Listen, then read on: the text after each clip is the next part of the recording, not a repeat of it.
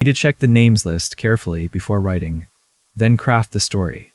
Let me write the story now. The used names are Ethan, Ryan, Claire, Gerald, Dylan, Cassie, Patel, Adrian, Garrett, Penelope, Bruce, Marcus, Sienna, Harold, Loretta, Wesley, Pat, Owen, Nate, Linda, Becca, Joel, Conrad, Ingrid, Douglas, Theo, Vince, Mara, Jim, Teddy, Rosalind, Cole, Tara, Terrence, Philip, Harlow, Clearfield, Knox, Sawyer, Vivian, Denton, Freddie, Al, Patricia, Nolan, Sandra, Gerald, Fletcher, Diane, Bet, Spencer, Brooke, Ray, Liam, Delia, Renee, Weston, Vera, August, Cal, Derek, Frank, Elliot, Iris, Rodney, Camille. New names I'll use: Miles, narrator; Sutton, wife; Barrett, brother-in-law; Celeste, mother-in-law; Warren, father-in-law. I want to be honest about something I've been sitting with for a long time. Not because I need you to feel sorry for me, not because I'm angry anymore, but because the moment you stop pretending something was fine when it wasn't, that's when you actually start to breathe again. And I haven't been breathing right in about 4 years. My wife and I got married on a Saturday in late October. It was cold. Not the kind of cold that drives people inside, but the kind that makes everything look sharper. The leaves, the light, the way her dress caught the wind when she walked toward me. I remember thinking, standing there, that I was the luckiest man in any room I'd ever walked into. Her family didn't come to the ceremony. They had a prior engagement, her mother said. Something with the foundation, something that couldn't be moved. My wife. I'll call her my wife because that's what she was, and names don't matter as much as what people do. She squeezed my hand and said, "They'll make it up to us. That's just how they are." I believed her. That was the first thing I got wrong. Her family ran one of those old Chicago money operations that people in certain zip codes just know about.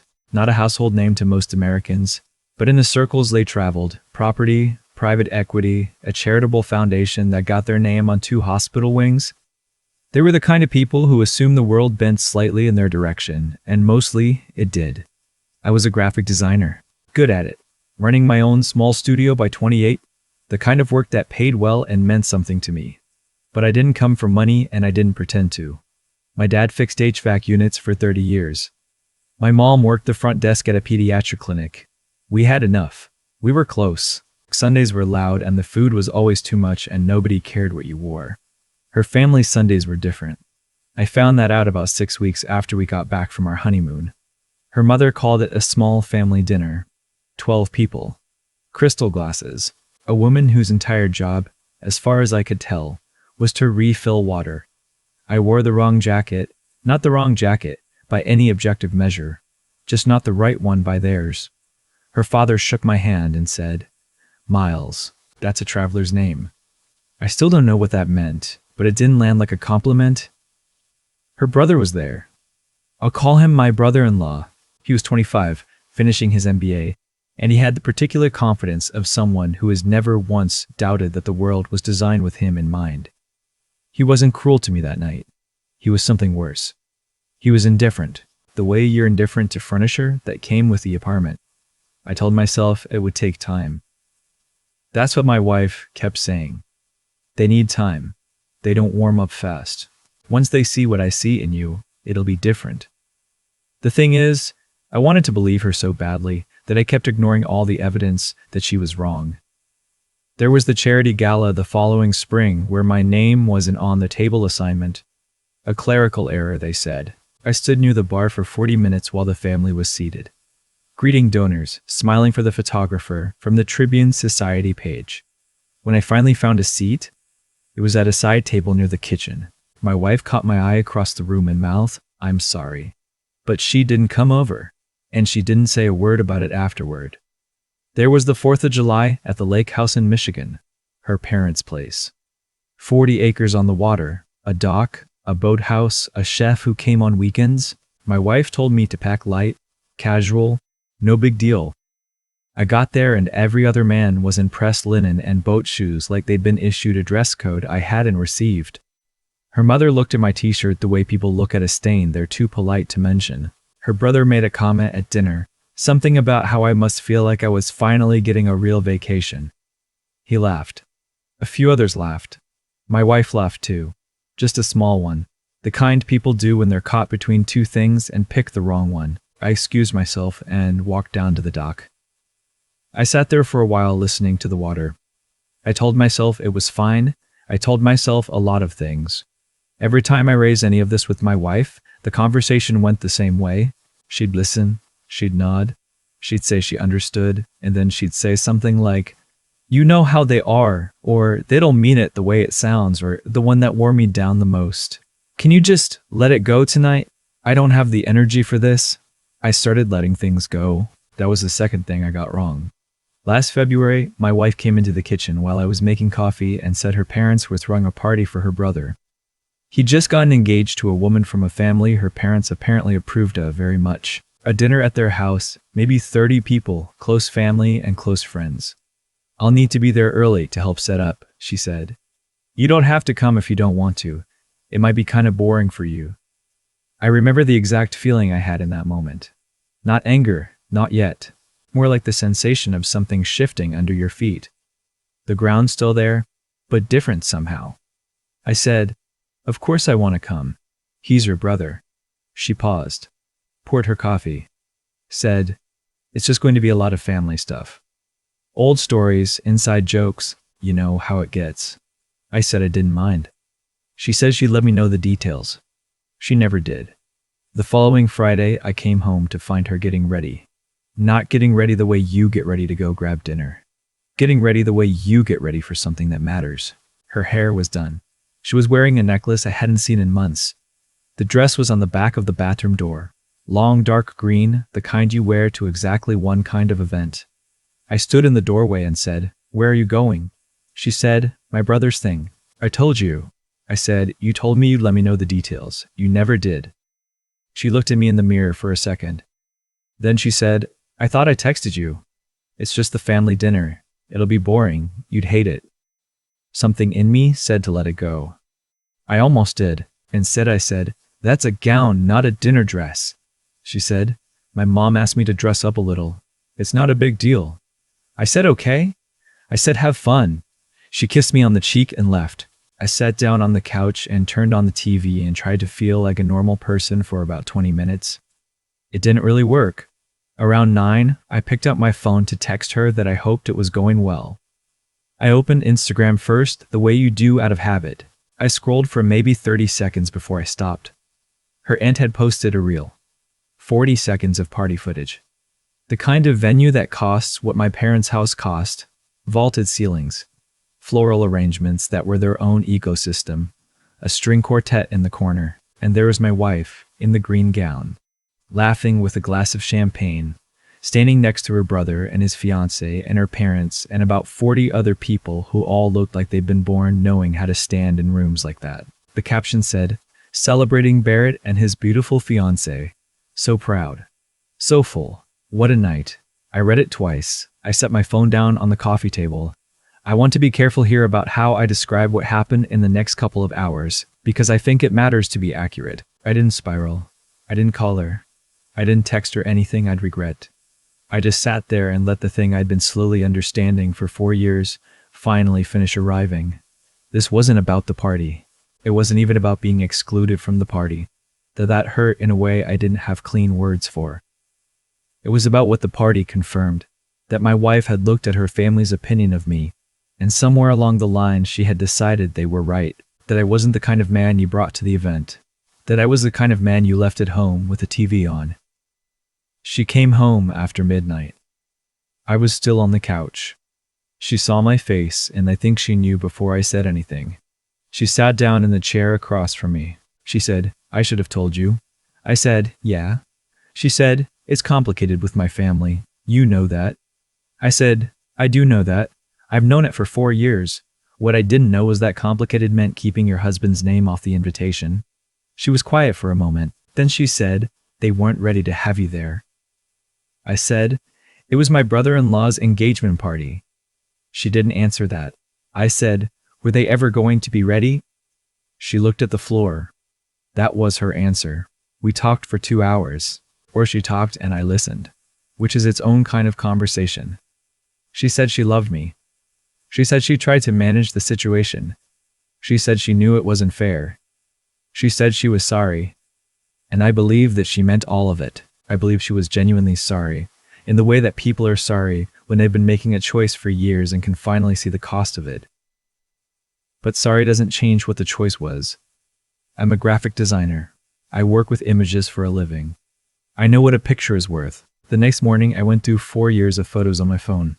Every family event where I appeared in exactly 0 of my wife's Instagram posts. Every holiday photo where I was cropped out or just absent because I hadn't been invited to where the photo was taken. Every dinner where she tagged her family and not mentioned that her husband was home alone. I found one photo I'd taken about a year earlier. The two of us, her parents' lake house. One of the rare occasions I was actually included in something. We were on the dock at sunset. I looked genuinely happy in it. So did she. Her parents were visible in the background, blurry, mid-conversation, not looking at us. I posted it to my own Instagram. I'd had an account for years but almost never used it. I wrote a simple caption, something like, 4 years of trying to belong in rooms that were never going to let me. Sometimes the kindest thing the truth can do is arrive clearly. Nothing accusatory. No names. No details. Just a photo and those 2 sentences. Then I made coffee and went to work. By mid-afternoon, my phone was doing something it had never done before. Notifications from people I didn't know. Shares. DMs from strangers saying things like, I felt this and I've been here. And thank you for saying it. Someone had screenshotted the post and put it on Reddit. Someone else had written a thread about it. By evening, a writer for a lifestyle site had reached out to ask if she could reference it in a piece about class dynamics in modern marriages. I showed my wife none of this. She found it herself. She called me from upstairs. I went up. She was sitting on the edge of the bed with her phone in her hand, and she said, "Did you post this?" I said yes. She said, "My mother has been calling me for 2 hours." I said, "I imagine she has." She said, "You could have talked to me first." I said, "I've been talking to you for 4 years." She put her phone down. She looked at me for a long time. She said, "What do you want, Miles?" And that was the first honest question she'd asked me in longer than I could remember. Because it meant she already knew the answer. It meant she was finally asking because she understood we'd arrived somewhere there was no managing anymore. I want to tell you, I had some clean cinematic answer ready. I didn't. I sat down next to her and I said, I want to have been enough. And I don't think that was ever going to happen here. She started crying. I didn't stop her. I didn't comfort her either, which is a strange thing to say about someone you've loved. But I'd spent 4 years being the one who adjusted and smoothed and let things go. And I had nothing left to do that with. We separated 3 weeks later. Amicably, if that word means anything. No Laura's yelling at each other, no dramatic scenes. Just 2 people sitting across from each other at the kitchen table with a shared understanding that something had run its course. Her brother reached out once. A text that said, "For what it's worth, I didn't know you weren't invited." I believed him. I still don't think he ever really thought about me enough to have engineered it. I was just never on his radar, and that was its own kind of answer. Her mother never reached out. Her father sent a card. An actual, physical card, which surprised me. Inside it said, "You deserved better from this family. I'm sorry we didn't do better. That's all." No explanation, no request for forgiveness. Just an acknowledgement, clean and plain, from a man who had spent 4 years looking past me at dinners and holidays and docks at sunset. I kept the card. I don't know exactly why. Maybe because it was the first honest thing anyone in that family said to me in 4 years. Maybe because honesty, even when it comes late, is still worth something. I moved into a place in Wicker Park that fall. 1 bedroom, good light, a coffee shop, 2 blocks away, that I worked from most mornings. I called my dad the first night I was there. He asked if I was okay. I said I was getting there. He said, "You know what I always liked about you? You never needed anyone to tell you what you were worth." I had to put the phone down for a second. I took a long walk that evening. Chicago in November does this thing where the lake wind comes through and it's cold enough to make your eyes water, and you can't always tell what's weather and what isn't. I walked along the waterfront for a while and just let myself feel however I felt, which turned out to be a lot of things at once. sad and relieved and tired, and underneath all of it, something quieter that I'm going to call okay. Not healed, not happy. Not everything happens for a reason. Just okay. Which, after 4 years of being the wrong kind of man in the wrong kind of room, felt like more than enough to start with. There's one thing I want to say before I finish, because I've been thinking about it since this whole thing went in directions I didn't expect. A lot of people reached out after that post. A lot of them had versions of the same story. Not identical, but the same shape. The partner who loved them but kept them slightly out of frame. The family that never quite accepted them.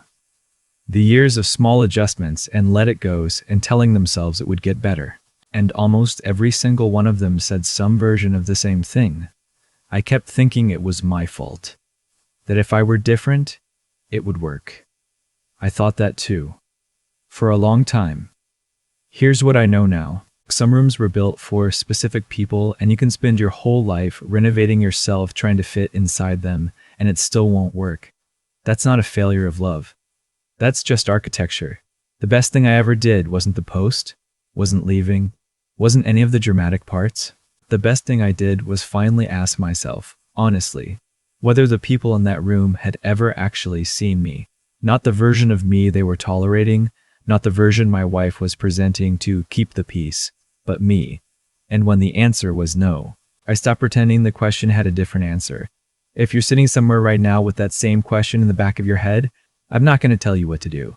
But I will tell you that you're allowed to ask it. And you're allowed to believe whatever it honestly tells you. That's it.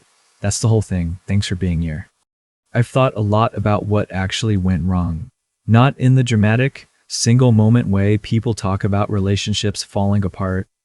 One big fight, one unforgivable thing. What went wrong was quieter than that. It was the 1,000 times I looked the other way and called it patience. The 1,000 times I let something slide and called it love. There's a version of this story where I'm the fool. The guy who walked into a family that had no space for him and spent 4 years pretending there was a chair at the table with his name on it. I understand that version. I've sat with it, but here's what I actually believe now. On the other side of all of it, the choices we keep making, the small ones, the ones we think don't count, are the ones that shape everything. Celeste never said a single cruel word to me in 4 years. Warren shook my hand and was cordial at every dinner. My brother-in-law Barrett wasn't running some campaign to push me out. Nobody sat down and decided to be the villain. They just kept making a small choice over and over to treat me like I was temporary. And my wife kept making a small choice over and over to let them, and I kept making a small choice to accept it. That's the part nobody talks about. The person being excluded is also making a choice every time they go quiet. Every time I let a comment pass at the lake house. Every time I sat at that side table near the kitchen and didn't say anything about it later. I was teaching everyone in that room exactly what I would and wouldn't accept. I don't say that to blame myself. I say it because it's true, and because the truth of it is actually freeing once you sit with it long enough. You can't demand respect from people who've decided you don't deserve it, but you can stop cooperating with the story they're telling about you. The photo I posted wasn't revenge. I want to be clear about that. It wasn't calculated. It wasn't designed to burn anything down. It was just honesty. 4 years of swallowing things, finally finding a way out that wasn't a fight or a breakdown or a lawyer's letter. Just a picture and 2 sentences and the decision to stop pretending. Intelligence, I think, is knowing the difference between a problem that can be solved and a situation that simply needs to be acknowledged. I spent 4 years trying to solve something that wasn't a problem with a solution. The family was who they were. My wife had made her choice about who she was going to be inside that family. The intelligent move, the one I kept not making, was to see that clearly and decide what I wanted to do with it. The hard thing about integrity is that it requires you to act on what you actually know, not what you wish were true. I knew the truth of that family long before the engagement party. I knew it at the charity gala. I knew it on the dock in Michigan. Integrity would have been naming it then. It would have been saying to my wife calmly and directly, "This is what's happening and I need it to stop, and if it doesn't, I can't stay." That's not dramatic. That's just honest. And honest, delivered early, is so much kinder than honest, delivered 4 years later in a kitchen at midnight. What I have now that I didn't have then is the willingness to ask the hard question and trust the answer I get. Not the answer I want. Not the answer that makes the next few months easier. The real one. That's worth every uncomfortable thing it costs to get there.